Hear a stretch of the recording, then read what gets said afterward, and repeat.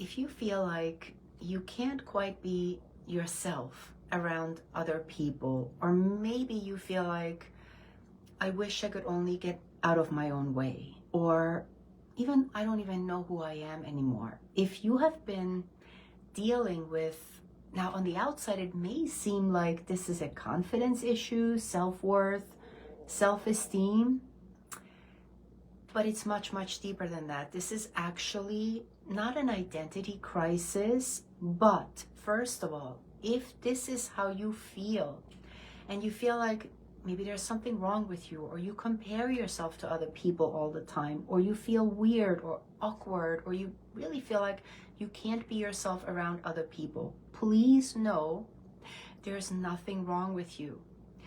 In this video, I wanted to share this video, first of all, because after having worked with hundreds of people who typically come to me kind of like as a last resort, and very often it is, on the outset, seems like it's a self-confidence issue. I wish I could be more self-confident, right? Well, that's very surface level, and that's a great start. But in this video, I want to explain to you what this really is, the cause of this, the cost of this, and then how do we actually fix it. And when I say fix it, I'm not implying that you are broken or there's something wrong with you, okay? This is really important. There's everything right with you. I promise you. I promise you. And at the end of the video, you will understand why you might feel insecure or inferior or small, or maybe you're keeping yourself small. Maybe you're afraid to put yourself out there. Maybe you feel weird having conversations with people, or you feel like people are judging you, or maybe people don't like you, or no matter what you do, somehow you're not getting the respect that you deserve or the recognition. And if any or all of these apply to you, then this video is definitely for you. Personally, now looking back, right, not only after having worked with hundreds of people, typically at the core, this was typically the issue. And when I look back over my life, let's say the first 45 years of my life, that is exactly how I felt. No matter where I was, no matter with whom I was, no matter, I typically would feel like inferior, like insignificant, weird, awkward, somehow I don't fit in, I should fit in, I want people to like me. You know, there was this constant neediness in a really weird way, and at the same time, I couldn't get out of my own way. I kept sabotaging my success, I kept procrastinating on things, I just at the worst time, right, I would do something to ruin that thing that should be so good, you know, so it just, anyhow, I didn't know how to get out of my own way. So I'm very familiar, luckily not anymore, but I'm very familiar on what this feels like. And by the way, very often this, well, we're going to talk about the cost of it, but there's your body will eventually tell you, right? Your body will eventually signal to you that, you know what? You don't have to be like this. This is not okay. In other words, our body creates dis-ease to signal to us that, hey, we gotta look at this. You should not be feeling this exhausted or this burnt out or this tired or migraine headaches or something like that, right? And we're gonna get to that part. So, the cause. I wanna repeat before we get into this. Please understand, there is nothing wrong with you. The fact that you have come to this conclusion now and to this realization warrants congratulations, not shaming and blaming and judging and criticizing yourself, okay? This is really important. The fact that you have recognized this is an amazing thing, because that means you can now do something about it. And I think you'll like this first part, is, in my opinion, the best part, because you will get to understand how you got to where you are so that you can stop shaming and blaming yourself and thinking that there's something fundamentally wrong with you. You can't fix what you don't understand.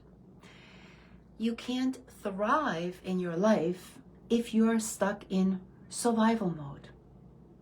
And I promise you, you have something inside of you. It's called wisdom. It's called resources. It's called creativity. It's called the ability to find solutions that will give you the possibility to fix this and to change this, so that regardless who is in the room with you and who is not in the room with you, you can no longer be triggered.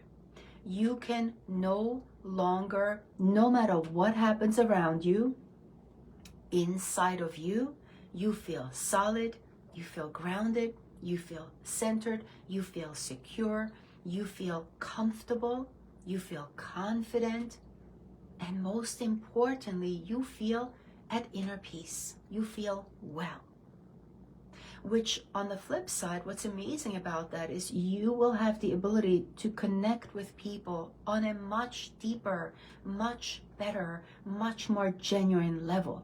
Because when you can develop that sense of comfort inside of you, you automatically cause that comfort in other people as well.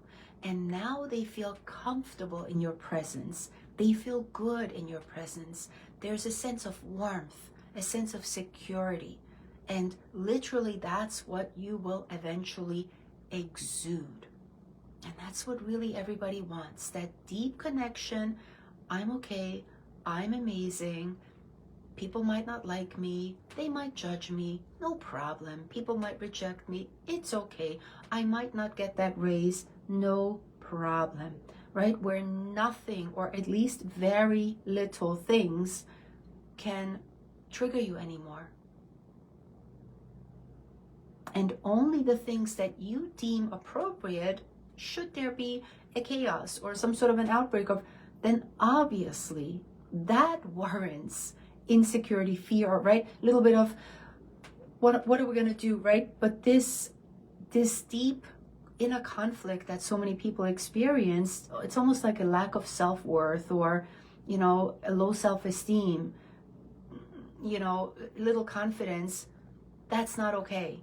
You deserve to get to the other side of this, and I promise you, you can get to the other side of this. I have never met a person who couldn't, with the right tools, with the right understanding and processing, most importantly. So what causes this? Number one, and this is the most important one out of all of them, it's called early conditioning. Please keep in mind, our brain, our mind, is designed to be programmed. In that sense, believe it or not, we are very much almost like a computer, okay? Except we as humans are like a computer on steroids. Like, there's no words to explain what your superpowers are, how powerful you are, how capable you are, what the potential that is inside of you.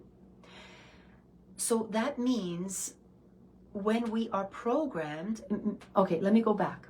The first 7 years of your life, okay? You are a child. You literally almost were born as a blank slate for the most part. And then this thing called life starts. And life and the people around us, especially starting parents, right? And then authority figures around us, siblings, relatives, teachers, depending the religion, right? All that entire environment will eventually teach you how to be, how not to be, what's right, what's wrong. You learn a certain language, you learn about manners, you learn about socially how to, literally, especially those first 7, even up to 12 years, everything for the most part is just a download. That means everything you see around you, it becomes truth. In other words, you eventually learn, okay, this is how I should be. You do not yet have the ability at that age to discern, is this right, is this wrong? It just like a computer, right? You install certain programs, boom, you click on the Facebook app, Facebook shows up, right? Well, we're wired the same exact way. The problem is, yes, our brain mind was designed to be programmed. The big problem is you didn't do the programming. The programming was done by other people, and that's not good or bad. What's important to understand about that is, what if those people don't have the same moral compass, the same core values, the same purpose, the same intentions, the same likes or dislikes as you? Now we have a problem, because what if you, as a very spirited child, as a very curious, spunky, real human being that is willing to put themselves, like children, look at them, they're completely unhinged, uninhibited, they're salivating after life. They're literally in the present moment, and they don't overthink. They just live. But, and here it comes, what if you were that spirited, full of life child? And as you were that, you get corrected. There's mockery around you. There's sarcasm. Or if you don't conform and obey, and if you don't become the good child, if you know what I mean, that's when the love, the attention, the approval gets withdrawn. And people will send you to your room. Or maybe, God forbid, you're too emotional. Or you're sensitive. Or maybe you happen to be a rebel who just likes to be boisterous and loud, because maybe you had a great singing voice, or maybe you're a natural performer, but maybe that was too much for certain people. You were too loud. You were too inconvenient. Shame, you should be ashamed of yourself. So, right, something like that. And I didn't even get into yet, which obviously is an important, I didn't even get into the really dark and deep stuff like abuse, like chaos, like dysfunction in the home, like abandonment. You know, that's a whole other level. And please, you can just use your imagination. But what do you think something like this might cause when a child is constantly corrected? You should be this way, you shouldn't be that way. This causes so much confusion, so much shock, so much, eventually, you know what it really causes? And please, if you take nothing away but this is the most, it eventually causes self-abandonment. In other words, a child eventually learns, wait a minute, it's not okay to be me. It's not safe to be me. It's not convenient to be me. Being like me is not allowed. So you learn, literally, this is the identity crisis I'm talking about. You learn literally to shut yourself off, shut down, repress, depress. Depression, sound familiar? Yeah, that's a healthy depression, by the way. When I hear the word depression, rather than giving that person a diagnosis or a label, pathologizing them, therapizing them, I already understand, well, wait a minute, this person has been through and back.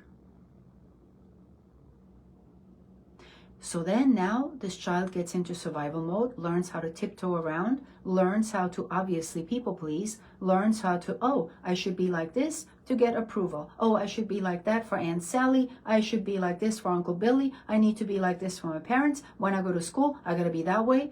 So can you imagine the many roles and the many masks you have been invited to wear from day one?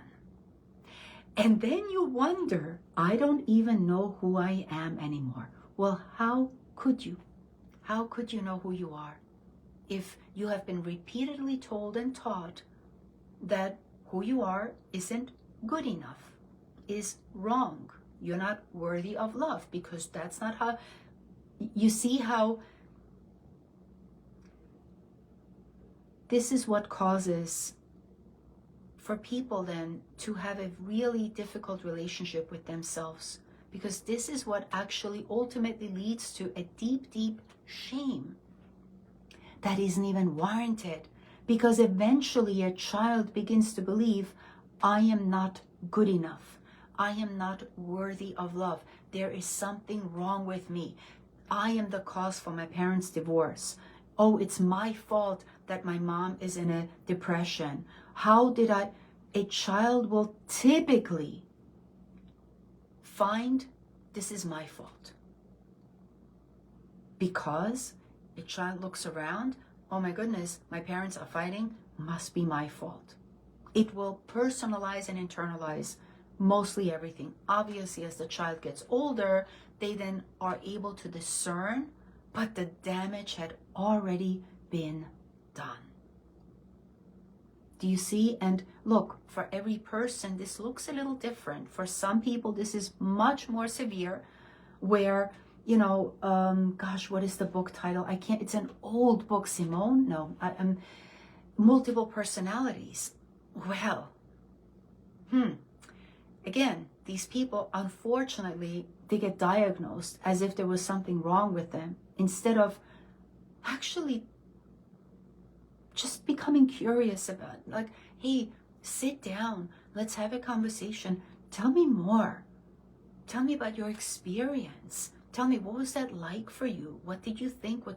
Instead of having a real, candid conversation with this person that really is filled with burnout, anxiety, depression, self-worth issues, and instead of labeling that person weak or what's wrong with you or you're broken, no. Instead, how about just even a little bit of curiosity? I promise you. And this is why my clients, I don't want to have these breakthroughs where they finally are able to appreciate themselves at a deep level. And when they start to do this work, they realize there was never anything wrong with me in the first place. What I really needed was a good teacher. What I really needed was a parent who loved me unconditionally. What I really needed was support. What I really needed was comfort. What I really needed was somebody to guide me through some of these things when I was bullied or abused. And, a child is absolutely brilliant, genius, resilient. Like, a child can handle a lot. But something like this will eventually keep a person stuck in survival mode. Which of course brings me to the next point, called hypervigilance, which means if a person stays stuck in this, in that shame, in that blame, in that guilt, in that resentment, any room they walk into, they will begin to scan the room. Okay, and they will literally tune into these people, and the question that they should be asking is, why am I in this room? What is it that I want? What is my goal? What is my mission? No, the question they ask themselves is, how should I be around these people? Who do I need to be right now? What is it that they want from me? That's the wrong question. Yes, they are phenomenal at reading the room. They're very attuned. But they keep replaying the childhood programming. What is expected of me? How should I be? Do I fit in? Am I smart enough? Am I good enough? Am I blah, blah, blah enough? And here it comes again, imposter syndrome, comparing yourself mercilessly to people. So that is what is another cause, right? Another cause is, in fairness to you, okay? This point is called time for you. How could you possibly know who you are? How could you possibly appreciate yourself for who you are if you never were granted permission? And actually, I'm granting you permission right now, as if you needed my permission, but why not? You never gave yourself permission to get to know, who are you? What do you want to believe? What is the program that you want to follow? What is your personal moral code? What are your personal social standards? What's your opinion about manners or not manners? What's your opinion about religion or no religion? What's like, As if for the first time in your life, if you could just get curious enough about you, curious, what is it that you care about? What makes your heart sing? What are you naturally great at?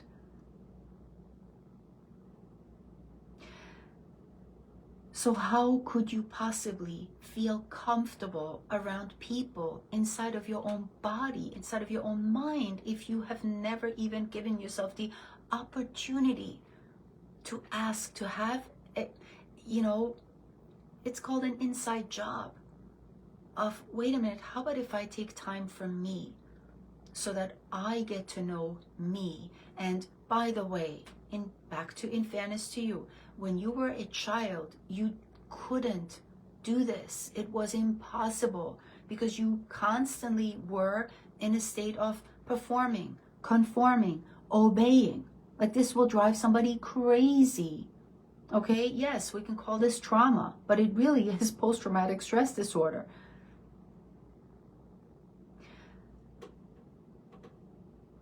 So that's why you have a hard time connecting with yourself, because you never even had one repetition. And then repetition isn't enough. This requires diligent practice. This requires, and I don't want to make it sound like this is work or that this is labor or that this is, it shouldn't be like that. It should be more of a time of curiosity.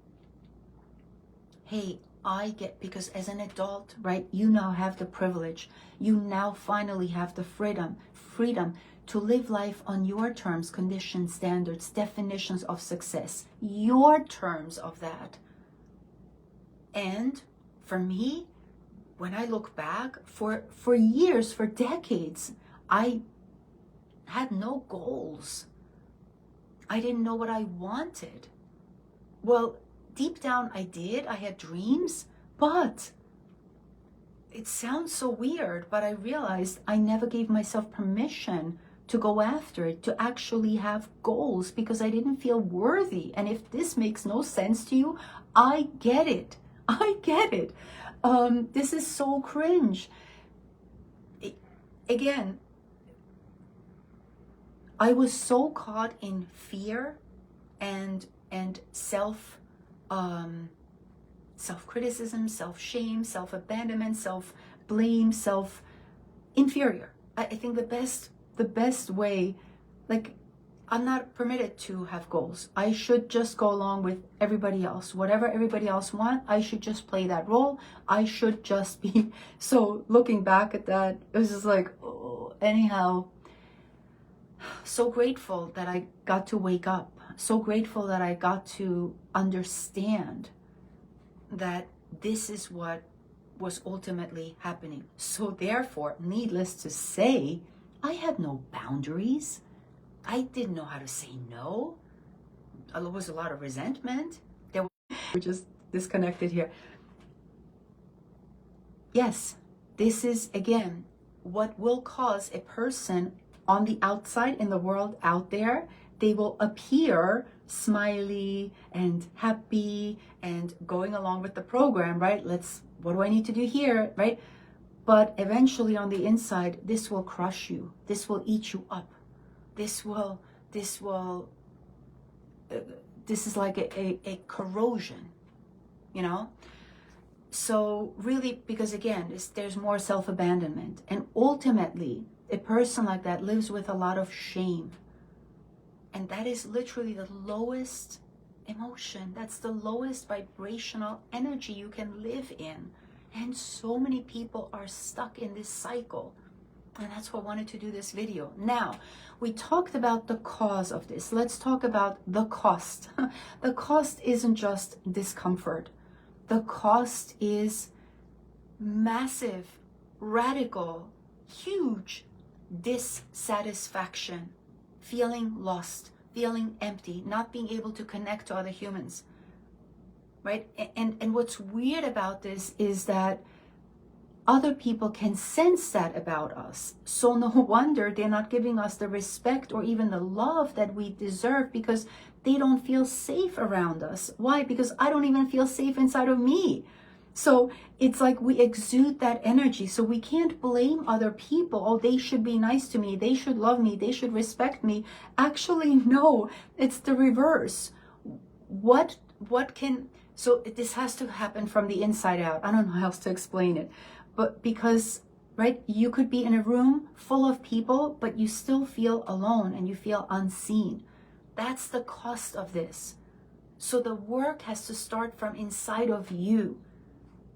That's when all of a sudden, as if by magic, you become this magnet, you become attractive, and it has nothing to do with good looks or bad looks, I promise you. It has to do with your energy. I hope this makes sense to you. This causes exhaustion and, even more importantly, an erosion of self-trust.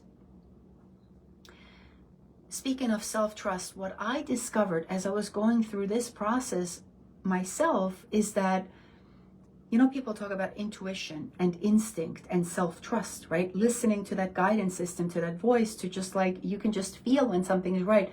I had none of that. I heard about it, I knew about it, but yeah, why? Because remember, from an early age, I had to repress myself, right? We have to abandon ourselves. We have to hide ourselves. We have to shrink. We have to like sort of stay in the background. So how could you possibly develop a self-trust if you, once again, never had the opportunity to really listen and to tune in and to trust what comes through you?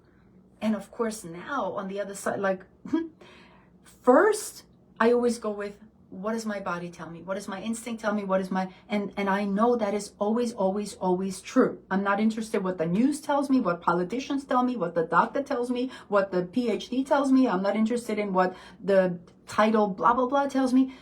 First, I go, okay, and that's all I need to know. And the rest is just collecting evidence. So, and this sort of self-trust, we all have it. But if we don't experience it and practice it, right, and begin a couple of repetitions so that we can strengthen and deepen this, then no wonder. Now, the cost in your professional life, the opportunities you might be leaving on the table here, the money you would be leaving, the connections you would be leaving on the table, this is like a deferred life. Because, for example, how many professionals know deep down in their heart, they know I should be seen. I got to put myself out there. I got to do marketing. I got to make connections. I got to talk to people. I know that I have this amazing service. I know that I could offer so much to humanity. But because deep down they don't feel worthy, right? They're dealing with this issue. None of that is now happening. So now they're afraid to go to that meeting. They're afraid to speak up in a boardroom. They're afraid to do a presentation. They will defer this amazing to somebody else. No, let Johnny do it, right? And this, again, especially in business, when it actually comes time to building financial freedom and security, I think the biggest cost, I mean, just as far as money is concerned, is absolutely in the professional world, in your career. The other biggest cost is with other people, right? Because it causes that disconnect, and that hurts so, so deeply. And again, that is this big cost here. And not to mention, I mean, that probably should go above all else, it will wear on your health. Digestive issues, migraine headaches, high blood pressure, any heart problems, you know, anything like that. Eventually, you know, the body it's like the body is screaming at us, like, when are you gonna, right, start taking better care of yourself?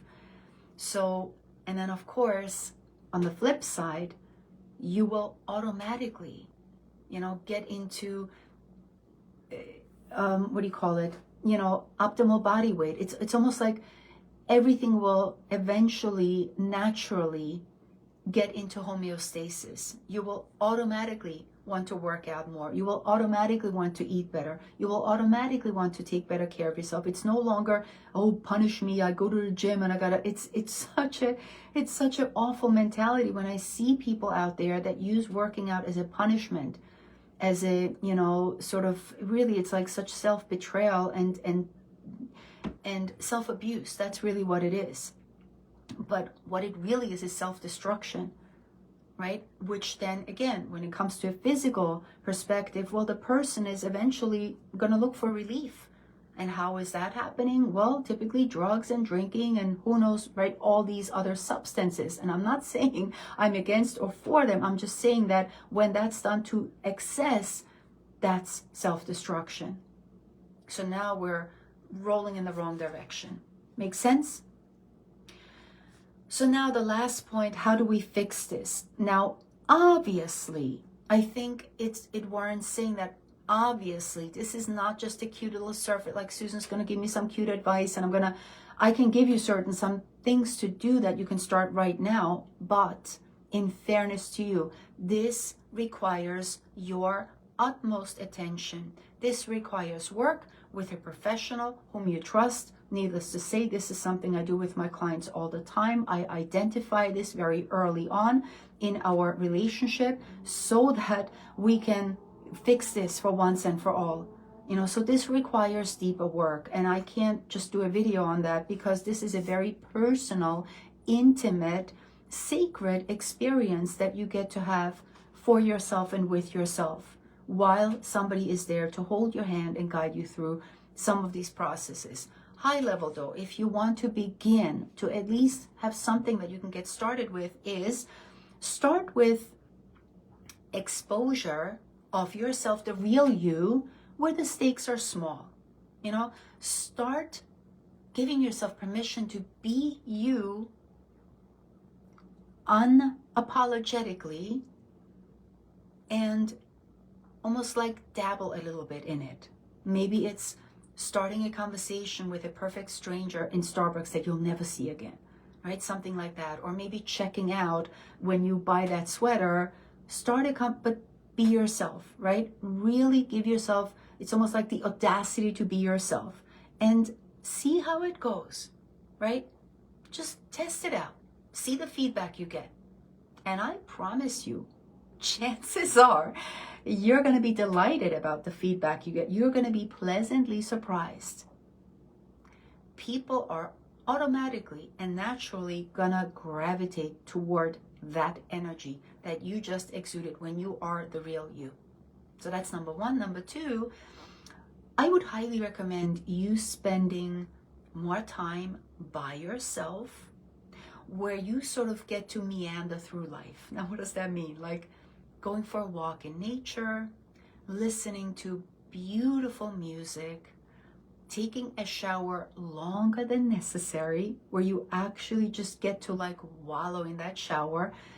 Mindless activities that you can do. If you love to swim, right? Go swimming. If you love to build something, make something, whether it's cooking or baking, or you like to make sandcastles at the beach, or maybe like me, I love to drive, and even that actually is building something, because you go from here to there and then you're in a completely different environment. You brought yourself, you created this experience for yourself, right? And driving can be one of those mindless activities where you get to your destination, and it could even be writing in a journal where you don't have to be so invested, but rather just enjoy. Washing dishes, believe it or not. But this time, do it slowly, and do it with gusto, and do it with pleasure, and do it with privilege and gratitude, right? So, because, why? Because those are the moments when you will begin to hear yourself again. You'll hear your voice again. You'll tune into those messages again. You will develop that self-trust again. So this is like you get to find yourself.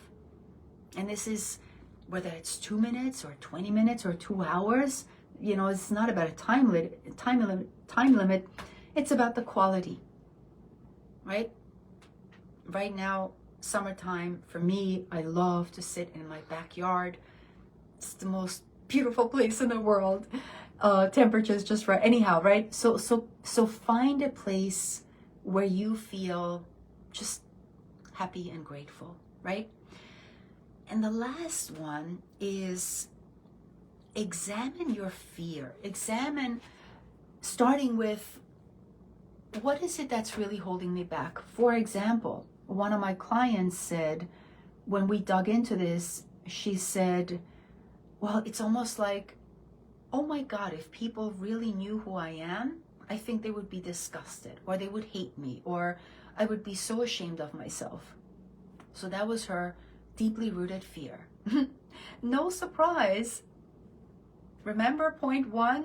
Sure, that's your worst fear. Because if you are repeatedly told as a child that you're not good enough and there's something wrong with you and you should have been a boy, why were you a girl?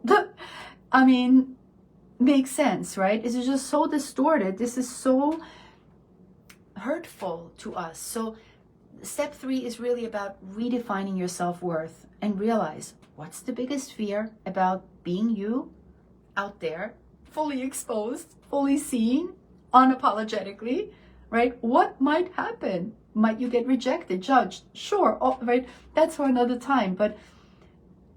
And that's human life. Of course, people are going to reject us and not like us. That's just part of life. But how you respond, right? If you are allowing yourself to be triggered by that, that's a bad idea. And instead, if you could just let it roll off and understand you're not supposed to be for everybody. Anyhow, so it's about redefining self-worth, right? And finding those things about you that you can appreciate, even if nobody ever has appreciated. That's ultimately the goal. Maybe nobody ever praised you on this thing that you love about yourself. Maybe nobody ever complimented you. Maybe, and that's okay. That's especially okay, because what's important here is that you see it and you can finally appreciate it. That's the most important part.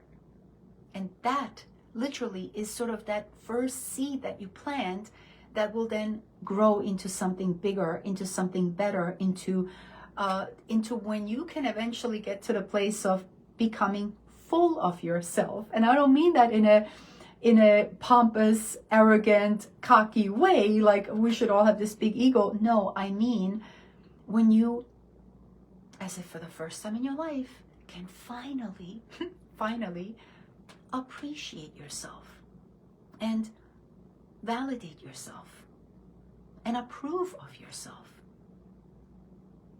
That's the ultimate goal here. And when you can get to that place, the other stuff becomes automatic. What does every human being want? Love and connection. Love, connection, happiness. Health and inner peace. Fulfillment.